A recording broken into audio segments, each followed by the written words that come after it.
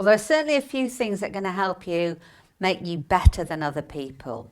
The first thing is the numbers. So you're not an accountant, that doesn't matter. If you are, of course, we do expect you to be very financially literate, but it's certainly not all about the numbers. But if you can't read a P&L account, a balance sheet, and understand a cash flow and translate that into language that other people around the table understand, you're not going to get very far.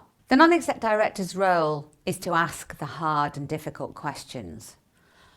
Probably the most challenging words that you can use in a board meeting is why. Why are we doing this? Why aren't we doing this? Your job isn't to pull apart the executive team, but rather to help constructively challenge their proposals, bring a new dimension to it. So don't be afraid of your voice. Having said that, don't dominate the conversations. Make sure the other people around the table have their turn. There are all sorts of different types of non-exec directors, including investing NEDs. Those are people that actually put money in the business. However, I prefer the independent kind. And by that, I mean that you can walk away when it's necessary to do so.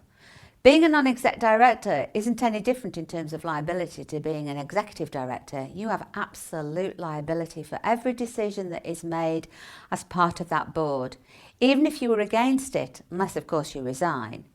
So I think it's better to remain independent. Therefore, I never take shares in businesses. I never take a consultancy role alongside that NED role. It's all about being at that table for that company. So being a non-exec means you've got to open your little black book.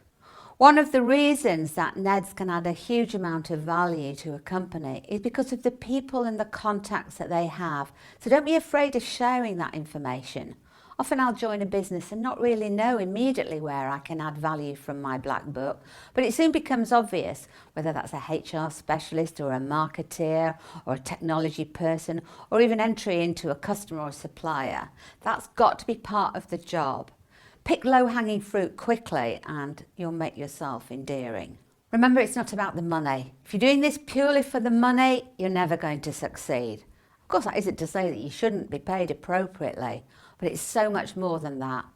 It's about being part of the strategic direction of the business, giving your input and making a difference to how that company is going to progress.